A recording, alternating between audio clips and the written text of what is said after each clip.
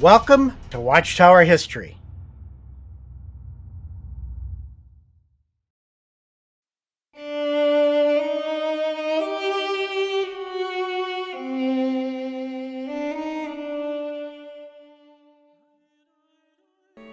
The book Crusade Against Christianity was published in German, French and Polish. This 1938 witness exposé included diagrams of concentration camps and first-hand reports of cruel mistreatment of the witnesses in Germany, as documented by the Swiss Watchtower office. Nobel Prize winner Dr. Thomas Mann wrote, "You have done your duty in publishing this book and bringing these facts to light. It seems to me that there is no greater appeal to the world's conscience." The offences against their fellow Christians assumed such proportions that the Swiss headquarters of the Jehovah's Witnesses decided to document these and bring them to the world's attention in the book Crusade Against Christianity. German writer Thomas Mann, who emigrated abroad, commented on this compilation. I have read your book and its terrible documentation with deepest emotion. I cannot describe the mixture of abhorrence and loathing which filled my heart while perusing these records of human degradation and abominable cruelty. You have done your duty in publishing this book and bringing these facts to light. It seems to me that there is no greater appeal to the world's conscience. In February 1937, one of our magazines, Consolation, showed a detailed illustration of the Esterweg Nazi concentration camp. On June 20th, 1937, to the shock of the Gestapo, Jehovah's Witnesses in Germany distributed a pamphlet that detailed the atrocities committed by Hitler's regime. They handed out tens of thousands of copies, which cited specific dates and places where arrests, torture, and even murder of the witnesses had taken place. In the summer of 1937, I was attending a convention of Jehovah's Witnesses in Prague, where information exposing Nazi brutality against us in Germany was surfacing. As we all listened, we imagined in fear what might be in store for us in Austria if Hitler's armies invaded. In 1938, we got a book from Switzerland, which is called Crusade Against Christendom. And it gathered material from concentration camps in Germany about Jehovah's Witnesses. It gave details. It even had plans of the camp, the procedures the Gestapo had on Jehovah's Witnesses. It was a very clear statement about concentration camp life before the war, because the witnesses were the first one to be arrested with the communists already back in 33, 34. So by the time of 37-38, they had gathered material and sneaked it out to the Swiss border and had it published. We knew that the Germans had put a ban on Jehovah's Witnesses in Germany. You could get arrested if you had a single little booklet of Jehovah's Witnesses to go to camp. When you had the Elberfeld Bible, which has the name Jehovah in there, they called this a Jewish Bible. The person who had that Bible could be arrested with no trial whatsoever. The witnesses appeared to have been one of the few groups, as a group, as opposed to individuals, who recognised what was happening and were willing to speak out against the Nazi ideology. So, for example, in one of the journals at the time, the Golden Age, I think it's a 1936 journal, there is a very, very interesting set of cartoons. National Socialism is this cartoon and many other stories cleverly say in Watchtower and Awake and the Golden Age at the time, persecuting Jews, corrupting youth, stilling the voice of truth in the general sense, as opposed to in the kind of faith sense, and persecuting witnesses. And then there are books particularly the very famous book called The Crusade Against Christendom, which identifies early on what is happening to the witnesses. And then we heard already from Germany what terrible things go on. My father received a book what was printed, this Crusade Against Christianity, and that book really revealed what Nazis are doing with people, with ours, and also with Jewish people, that they had terrible things experienced, and also how many were already tortured and killed. We had the most information through that book, Crusade Against Christianity, from Zurich. It was from Switzerland, and that book was printed in connection with one of these world exhibitions. And through that book we got the most information, and also from some friends who had lived closer to the German border, that we heard about that terrible rule, of Hitler. We mentioned this earlier.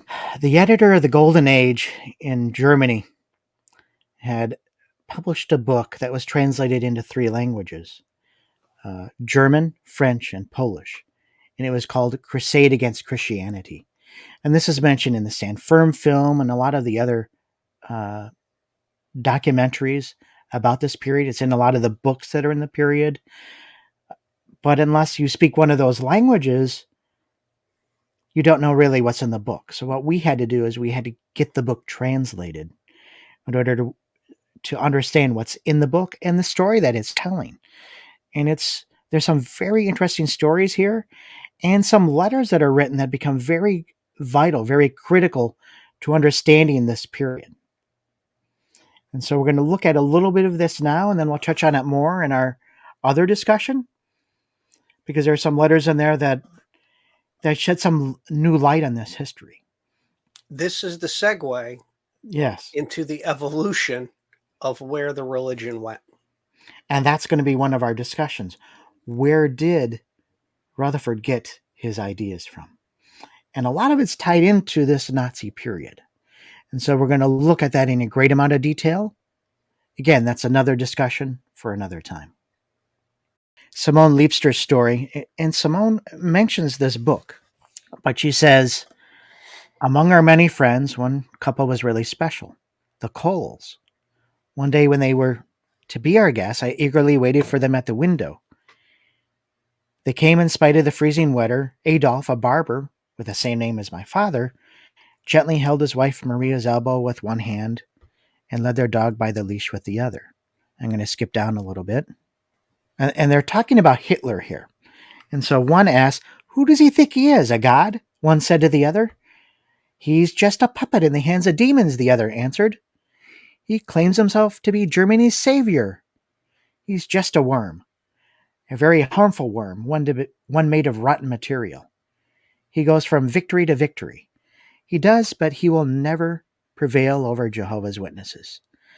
I just wondered who was this he they were speaking about. In the center of the conversation was a book that our visitors had brought, Crusade Against Christianity. They had it open to a drawing of some kind of camp. And you could see that there on the right-hand side. The information we learn from this book is very important. It will help us to become cautious like a serpent, yet innocent like a dove. Both Adolfs agreed. She mentions this book as being very helpful. It gave a warning to a lot of the witnesses out there of what was going on there in Germany. This book is also mentioned in the Consolation in August 7th, 1940. Hans Hesse's book mentions it as well, and it says, Jehovah's Witnesses already revealed the existence of these concentration camps in their publications very early on. It says, at a great risk, reports about imprisoned JWs were smuggled out of the camps. Based on comprehensive documentation about the concentration camps in Germany, the book Crusade Against Christendom, or Crusade Against Christianity, by the Jehovah's Witness Franz Zerker, The Polish writer Holka Lasowski reached the following conclusion, and that's published in the book. I'm full of heartfelt sympathy and admiration for these courageous people who give us such a superb witness to their faith. If there were a million such Protestant and Catholics in Germany, this unfortunate country would look different. And I like the line before it got into that, from 33 to 45, when most of the world's population did not know names like Auschwitz and all the concentration camps. Uh, a lot of this stuff was just really going on under everybody's nose, and nobody knew it. A lot Yeah. of it, no one, or the extent of it anyway, that was going on. And there are some other books that mention this as well. Professor Jim Penton, of course, in his Jehovah's Witnesses in the Third Reich mentions it. Professor Christine King, in her book The Nazi State and New Religions, also mentions it as well. And she says that the book gives details of large numbers of cases of torture and even death of witnesses at police hands. The Arnold Liebster Foundation has a traveling exhibit about the Purple Triangle that we visited some years ago when it was in Detroit. Crusade Against Christianity is shown on one of the panels in this exhibit.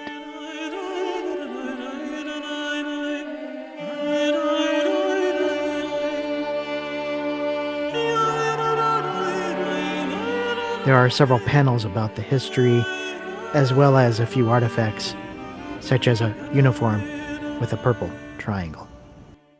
And so I'm one of those skeptical kind of people that, if somebody says something in a book, if I can find the original documentation, I'm going to try and find it. And in this case, it was in another language. And so we had to have time in order to get it translated so we could see what was there. And we're going to look at some of those pages. So here are some plans of the camp. And this one here, that looks like a triangle. This one is a place where they would be tied up and tortured. And so, again, as those history books said, the JWs were one of the first to get plans of the concentration camps out. They were able to smuggle it out and tell the world about it. Then, and I'm not trying to be funny here, then why didn't they smuggle out for, hey guys, stop the telegram, stop this, stop that from going on? They could have easily gotten back through to mother headquarters, what they needed, what the real help was, unless they were, and that was just buried, in history, because I'm sure they were affected by all that was going on and knew about it. I don't think they realized what it would have caused. I thought they thought that if they could somehow frighten Hitler or overwhelm them in some way, it's, you don't realize until after, the situation of what it caused or what happens. You might be right. I can't think that way, so I don't understand that. You deal with a dictator with a bigger stick. That's all they understand. Well, they did give them what they thought. Yeah. So, oh well. This declaration that they could sign in order to get out of the camp, where it says, I recognize under oath that, I was in the activities of this Bible Students Association, but I'm going to do my best to prove that I'm a worthy member of the state, and I renounce my faith. Again, as we said, there were a few that signed it, a few that didn't. There were a few prisoners in the camp that tried to convert in order to be able to be granted this declaration so they could get out. And if you know some irony of it again and where our discussion is going to go, so pay attention here. I, under oath, having recognized that one activity of the International Association of Jewish Students of the Bible. So note the Germans were looking at them as Bible students, once again, pro-Jewish. They were kind of going at them from that angle. Yeah, there was the two accusations, even before the Heil Hitler Mhm. issue, before the conscious objection issue. They were accused of being communist, and they were accused of being Jewish. And so we're going to talk about that in our upcoming discussion, what exactly that means. Again, another discussion for another time, coming very, very soon. In this book, Crusade Against Christianity, they have several examples of torture, some very specific ones. They would try and keep the prisoners' names secret, or even the members secret, but they would tell the stories. They would have their testimonies. And some of these aren't very pleasant to read, but they are there. There's a lot of examples throughout this book. So many and many I hadn't even heard of before. So it was quite a surprise to me. And to know this isn't Dr. Mengele, this is just your average, regular, everyday Nazi concentration camp doing this kind of stuff. And it's pretty sick what they're doing there compared to what prison life is in the United States and whatnot. So where he was going, the doctor, was just at other levels. It was all bad. People left on their own accord were doing stuff like this. They also have several examples of, how they were arrested unjustly or around the time of Easter or memorial season. Different tortures that they were put through. And they have pages and pages and pages of various persecution reports. And this stuff just goes on and on and on. It's unbelievable, some of these stories. There's stories in there about how they refused to Heil Hitler and their jobs were taken away. They were fired from their jobs. Their businesses were taken away. Or they were forced into labor camps because of the refusal to Heil Hitler. They also have several of the documents. So when they passed a law in Germany, they would put in the documentation for which decree it was and what the decree stated. They made it a crime to read the Ebelfelder Bible, which the Jehovah's Witnesses there like to use because it had the name Jehovah in it. How do you catch these Bible students, right? Because they usually don't stick around with each other, but at memorial season, the Nazis realized they would try to congregate together and have their memorial together. So if they could find one of them to follow, or maybe one of the others would turn them in, they would be able to capture a lot of them at the memorial. At 8 o'clock on the evening of April 4th, 1939, Leopold Engleitner, Rosalia Hahn, Pauline Schlegel, Franz Rotauer, and his wife Emilia were all gathered to commemorate the Last Supper of Jesus. For a brief moment, they all shed their worries.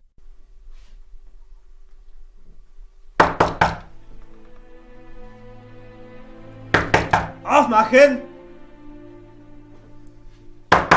Öffnet die Türen! Wer ist denn da? Gestapo! Was haben wir mit der Gestapo zu tun? Das werde ich noch gleich sagen. Trying to find anything they could use against us. Unsuccessful, they grew angrier. Then they put the document in front of us. It was a declaration of willful submission to Hitler and the Reich. Also ich werde den Hitler nicht unterstützen, ich werde meinen Glauben nicht aufgeben. Ich unterschreibe das nicht. Was die anderen machen, das ist eine Sache, aber ich nicht. Kommt ihr her! Unterschreibt ihr! We all refused and were arrested. Raus mit euch! Raus! Hopp, hopp! Raus, raus! Kommt raus! Hopp, hopp! Raus! Only Emilia Rotauer was allowed to stay and care for her child.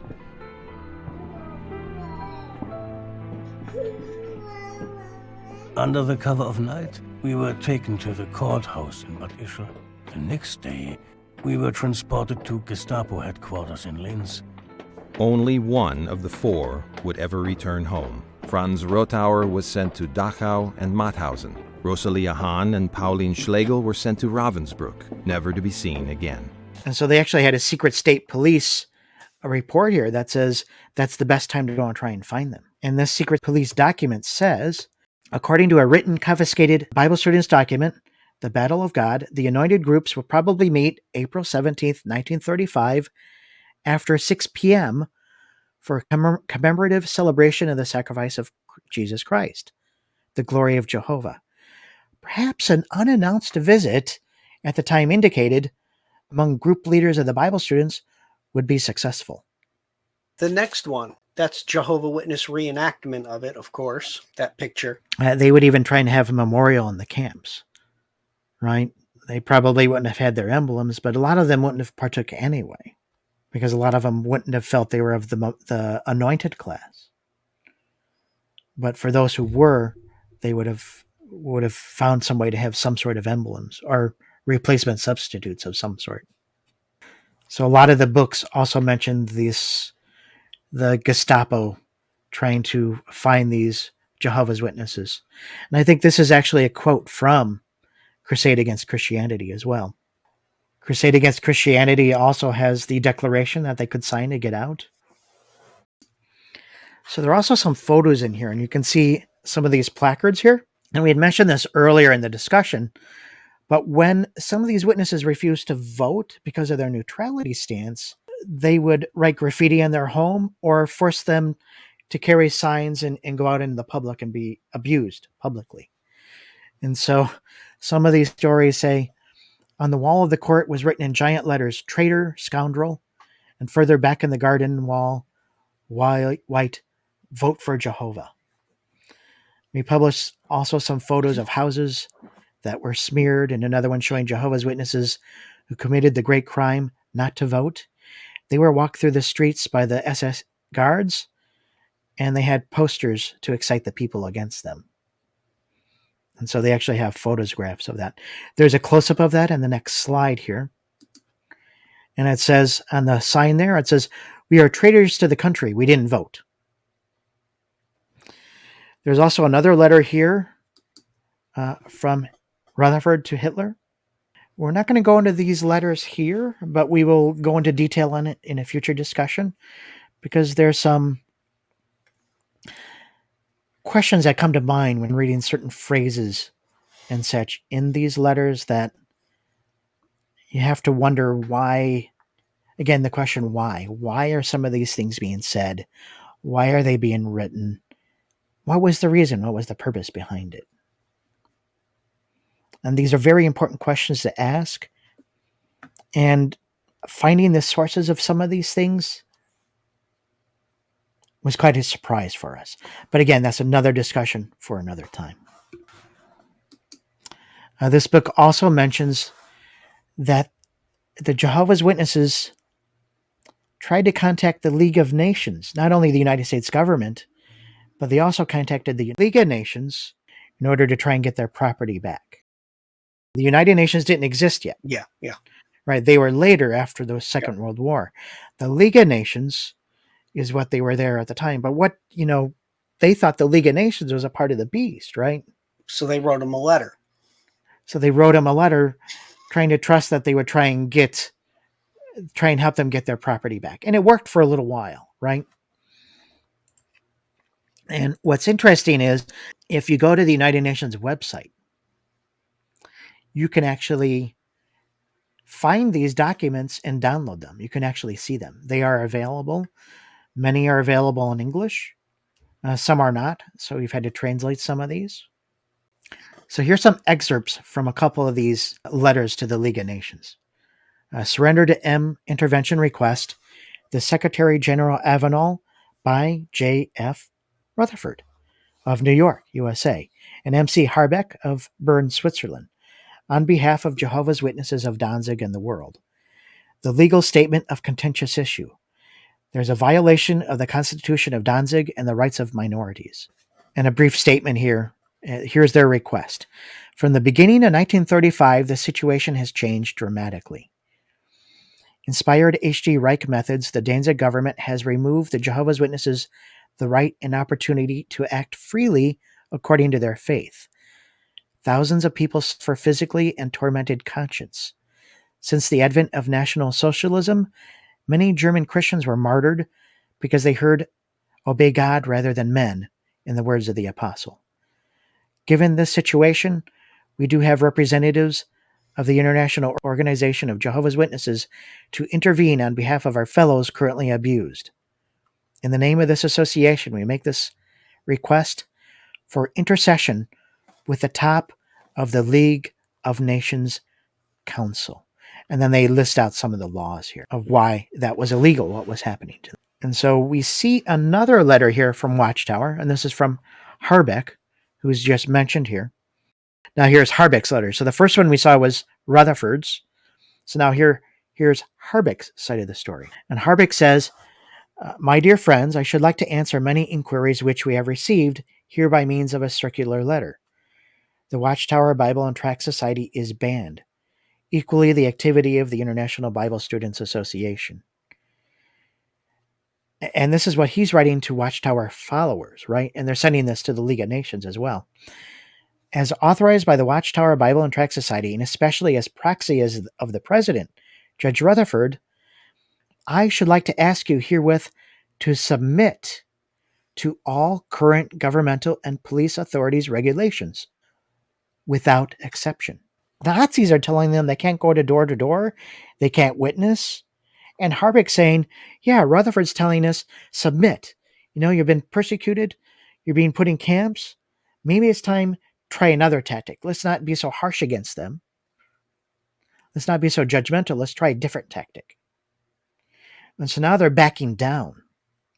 I viewed this before, but even seeing it again, you can't help but laugh. It literally is the repeat from World War I. Yeah. Explain. Go back and watch the videos on that. It's literally repeating, agree, buy the war bonds, don't buy the war bonds. Mm-hmm. Join the army, don't join the army. You can join the army, don't. And you saw what happened there. Put out your flags, don't put out your flags, right? Because that was one of the things in World War I as well. Now you see this, and how could you help but not realize you created a mess there? Oh, now what? We might have upset them. Let's try it this way.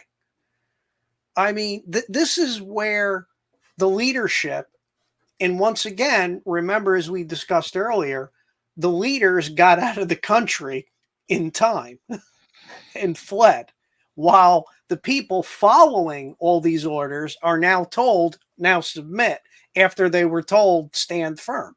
So you can't help but look at it as an irony, and you're following men who are telling you we're God's organization here on earth, the mouthpiece of God.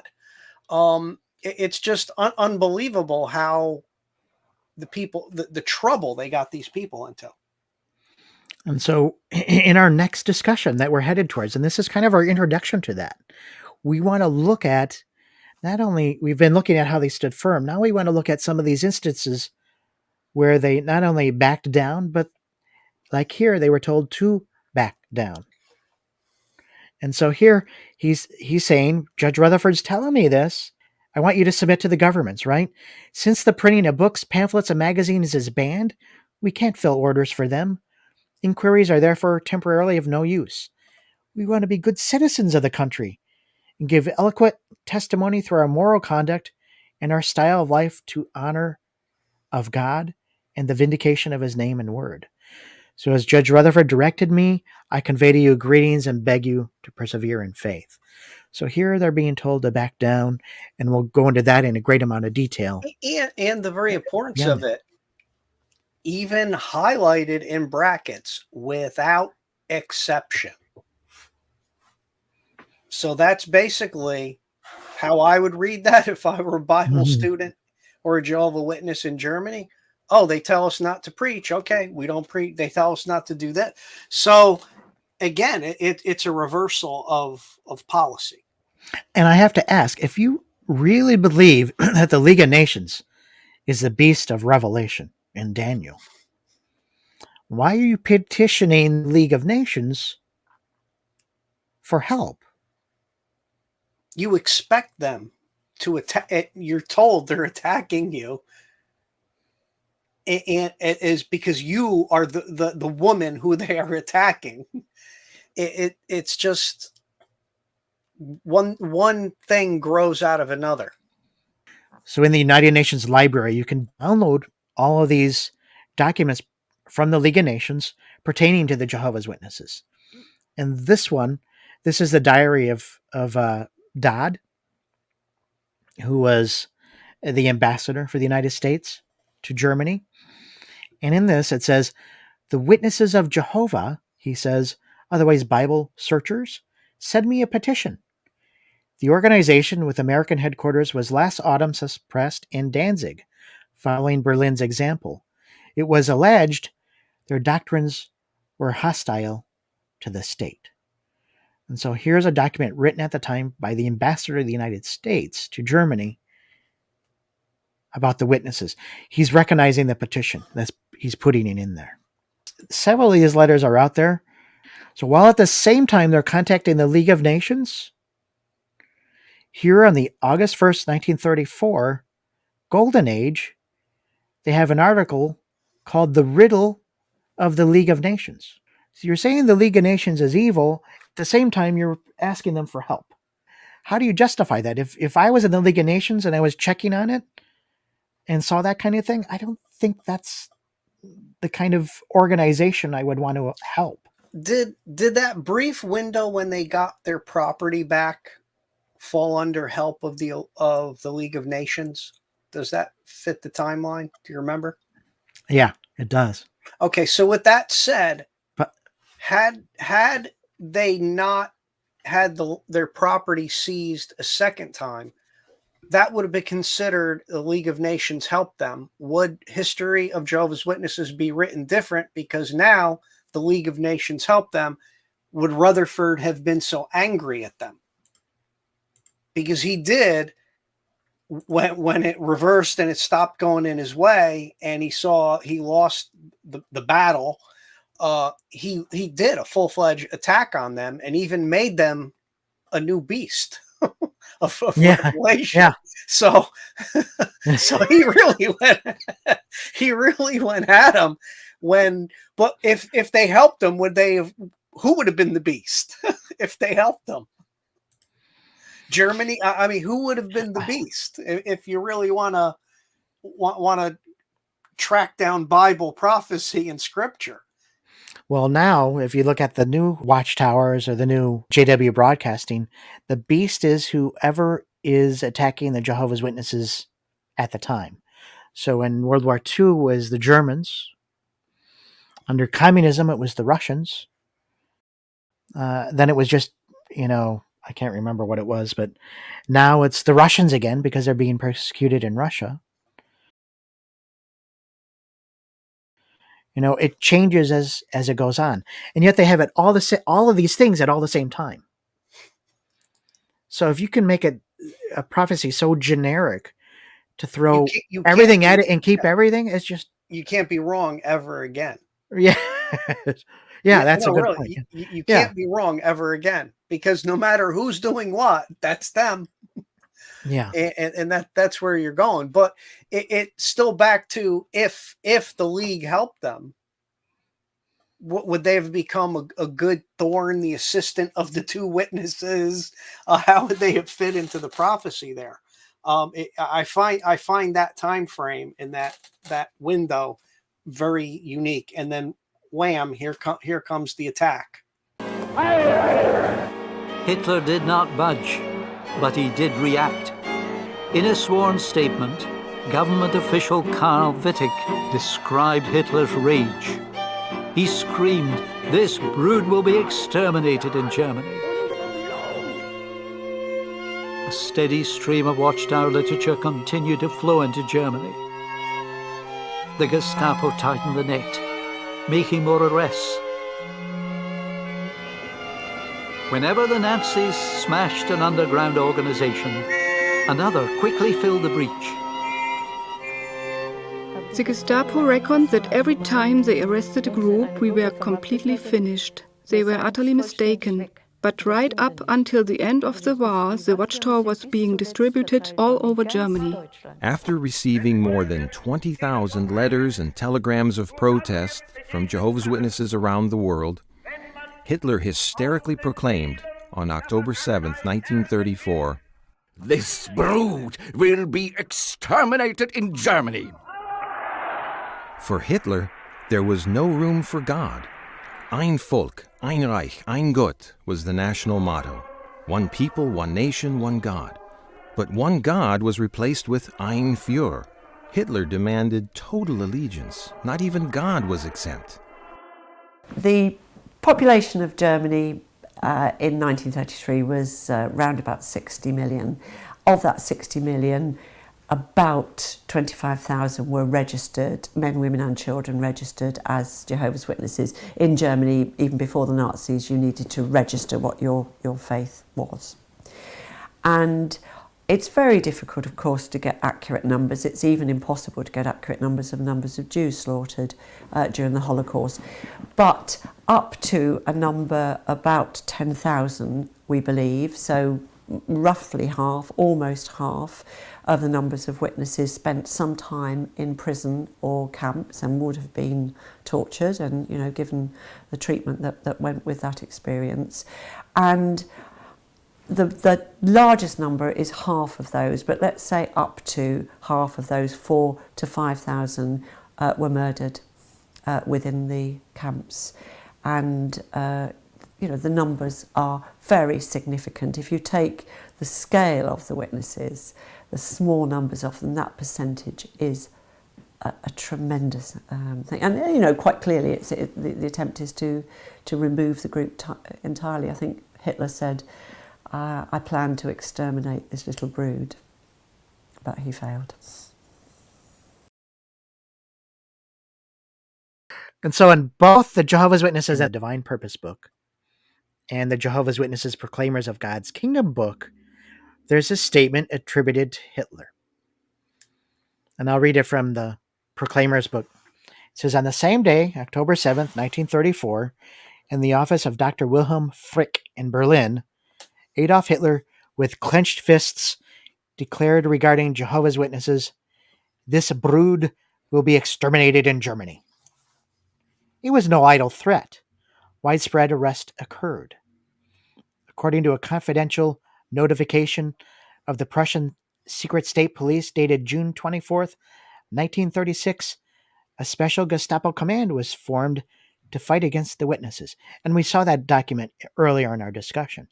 But this statement, this brood will be exterminated in Germany. Do you have that letter, true. Jeff? Do you have that letter, that documentation of that? Let me go check my archives here. Where did that statement come from? Have you seen that statement anywhere else? Yes, I have. Where? So actually, if you look in some of the documentation, you will find it there. So the first one, there were two books by Hitler, right? One was Mein Kampf, and then there was a second book. And the second book, it's now called Hitler's Table Talk, 1941 to 1944.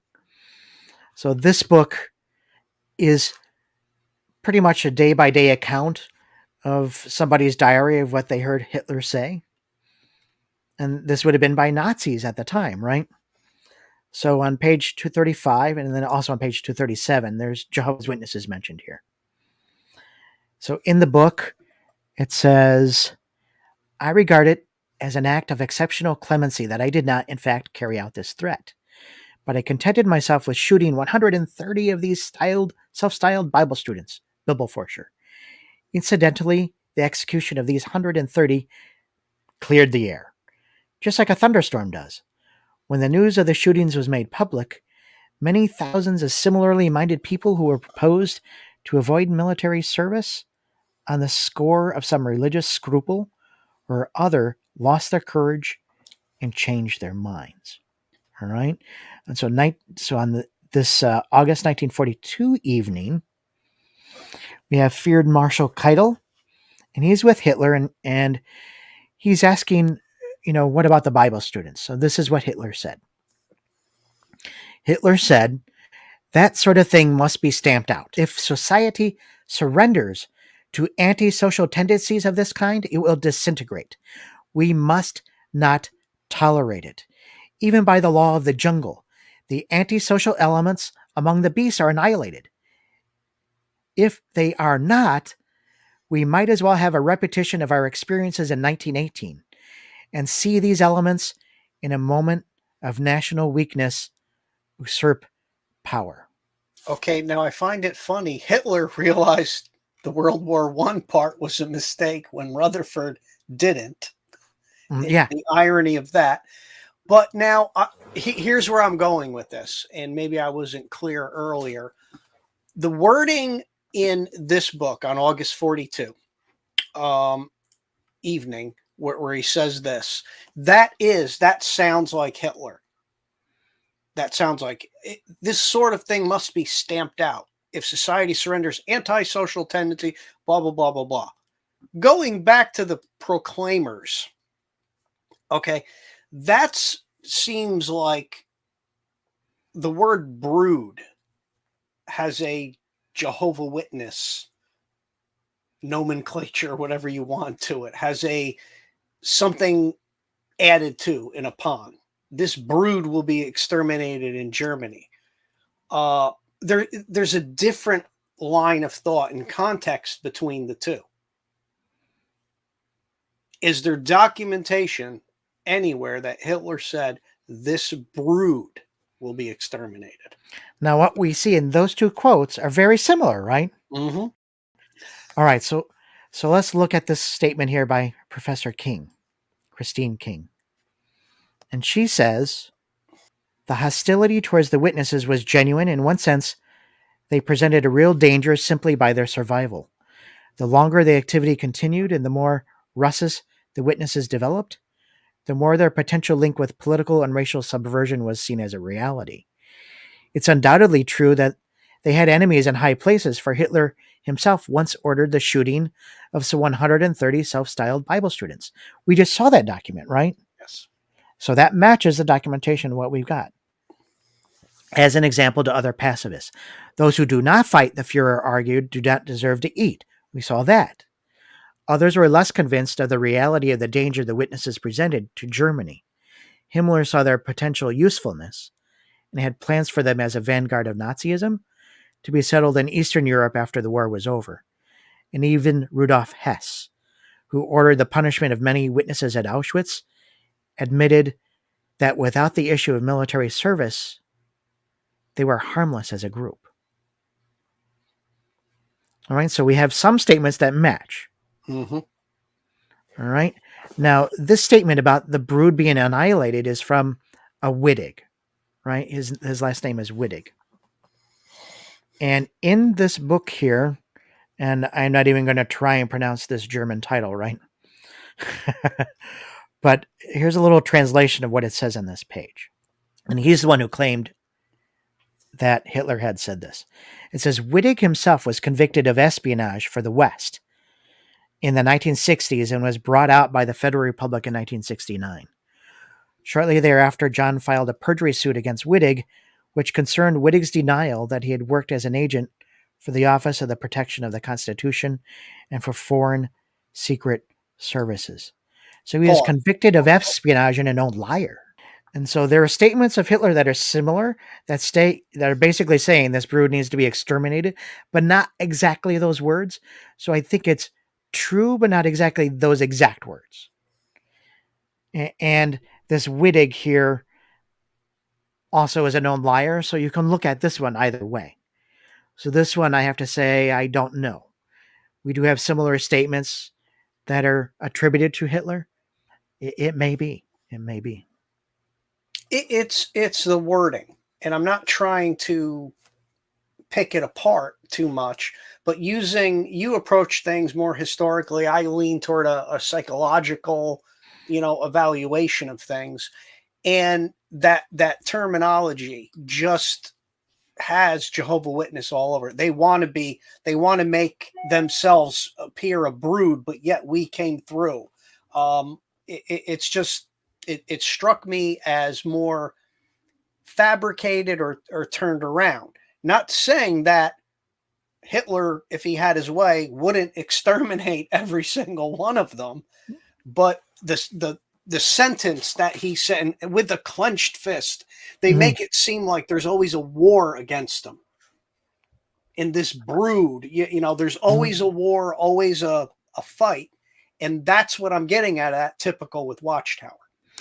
But on the other hand, remember, within 3-4 days of Hitler coming into power, he goes after two groups. Mm-hmm. Instantly, he goes after the Jews, who he wants to exterminate, and the Bible students on the same day. Okay, but to him, the Jews were a brood. To him, okay. To Hitler, same person, him. To Hitler, the Jews were the brood, but the Bible students were supporting the brood. That's the point. They weren't the brood; they were supporting it. Yes. Right. Yeah. So that statement in Proclaimers, it's not lining with the other documentation entirely. It kind of concurs, but there's a twist in it on the way they do it. To me, I Did see you that. catch that? I catch it. But I see the principle there. I see the Yes, the history principle's behind there. it. I'm The not taking principle's away there. from that. Hitler literally says they should be killed, but not in the way that Watchtowers. Yes. You know, maybe it's a poetic license. I don't know, but and one of the persons that had attributed this statement was also a known perjurer, liar, and And there you go. yeah. And so, you know, and as we were the principle is reviewing there. this, and putting the slides together, we didn't find the purge and all that, the perjury out till after, and yet we caught the statement. So in the golden age of August 1st, 1934, Rutherford writes an article, The Beastly Persecutions in Germany. Beastly, referring to the beast. Referring to the beast, right? And then there's a translation of one of the letters that was sent, right? But in this letter, it says, let those who are followers of Christ Jesus rejoice that they are privileged to suffer for righteousness' sake. Having in mind the words of Jesus, who said to his immediate followers then, and for the benefit of those who are yet his followers, blessed are they which are persecuted for righteousness' sake, for theirs is the kingdom of heaven. Right? What is he saying here? Advertise, advertise, advertise. But if you advertise, what's going to happen to you in Germany, right? Mm-hmm. What is going to happen? You're going to be told later to, without exception, obey the authorities. But you're going to be put in a concentration camp. You may be killed. He's telling them to martyr themselves. Yeah. And then later, I was being a little sarcastic toward you. But then later he went back and softened it and said, obey the authorities.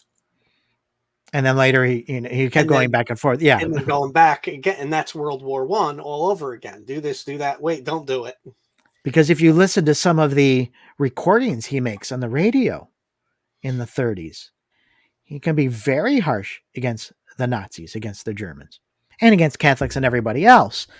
But, you know, he's basically telling in this article, if you read the whole article, he's telling his followers to martyr themselves, because then theirs is the kingdom of heaven. And that's why they had no fear, a lot of these witnesses, because they believed what they were told. They believed the scriptures. They believed they would have a resurrection.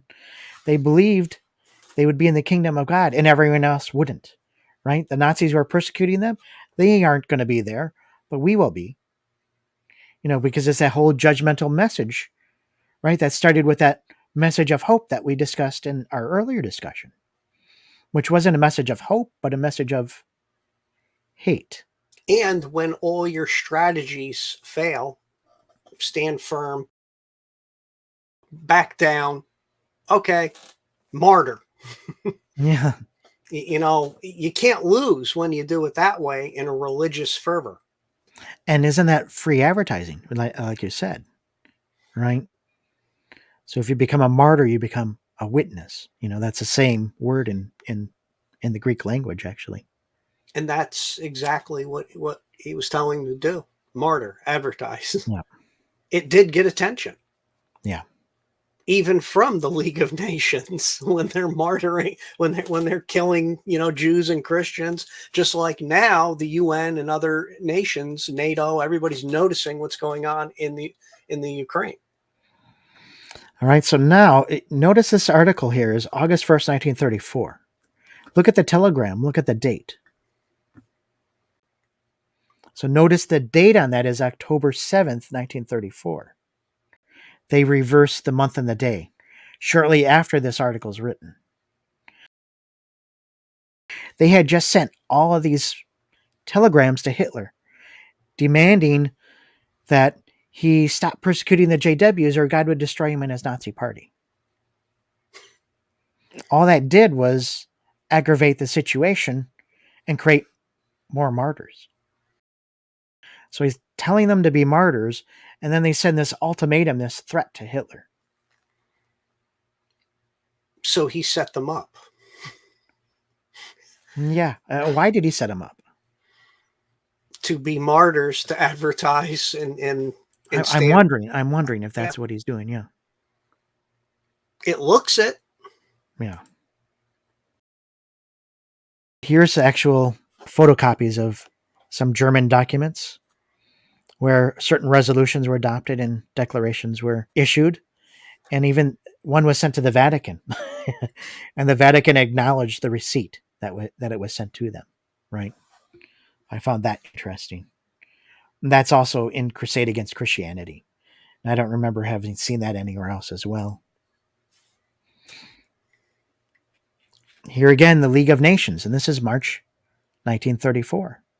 So in this League of Nations article, they say, it's not our business to keep the United States out of the League of Nations, but it's our business to expose the crooked bunch that's trying to inveigle this country into it.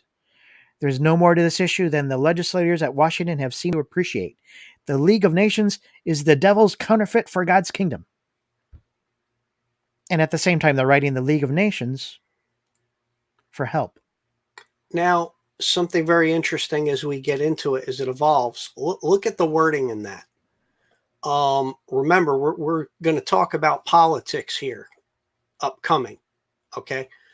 Why is Rutherford concerned that a crooked bunch is trying to inveigle this country? And why is he concerned what legislation in Washington is doing? And then he's worried that the League of Nations is going to hypnotize them as the devil into its counterfeit God kingdom.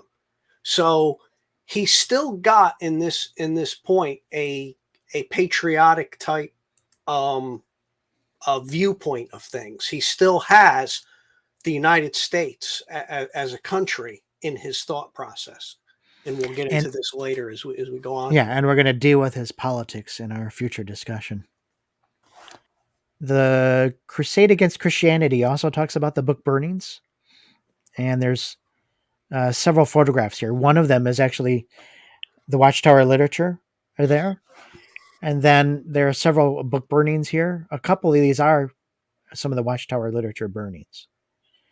And so, and one of them is from the book, Crusade Against Christianity. It's amazing how easy it is to egg a crowd on. As Hitler said, if you tell a lie enough times, people will believe it. And he was able to hoodwink and get people to believe his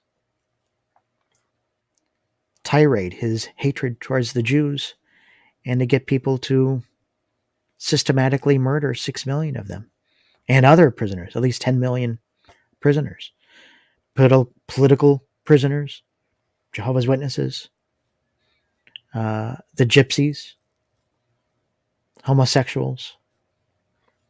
It's amazing. It's terrible.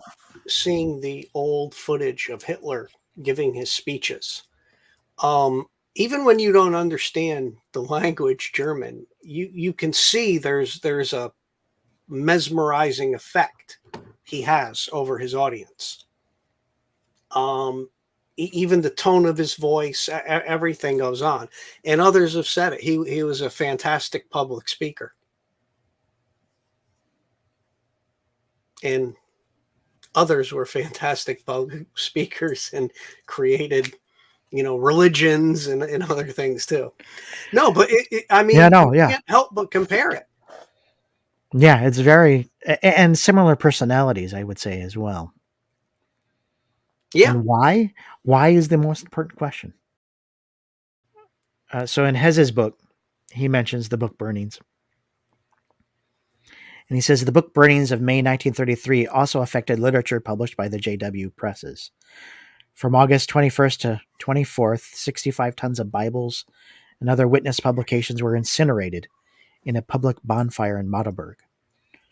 Although witnesses were prohibited from distributing Bibles, according to a decree of the Reich and Prussian Interior Ministry in late 1936 of January, the Bible as such was not banned to others in Germany. So others could have the Bible, but not the Jehovah's Witnesses. That's interesting. The police, postal authorities, and customs officials confiscated witness periodicals and publications as harmful. And these works were totally banned after April 1933. Hitler had just come to power January 30th. It didn't take him that long. So as we said, there are a lot of instances that are questionable in regards to this story. And in our next discussion, we want to look at the documentation behind these stories that support it or don't support the position. Here we saw how the Jehovah's Witnesses stood firm. Now we want to look at how did the Jehovah's Witnesses back down against Nazi assault? What does the documentation tell us? What do we find in the Jehovah's Witness records themselves? What do we find in the Nazi archives? What do the scholars say? That's going to make for a very interesting discussion. Stay tuned. Thank you, Jeff. Thank you again, Paul. This has been a very fascinating discussion. Thank you all for watching. Like and subscribe. Leave some comments. Let us know what you'd like to see in the future. Get a whole story, not just from the Watchtower's perspective, but from all the various splinter groups. What were they saying? So until next time, keep reading.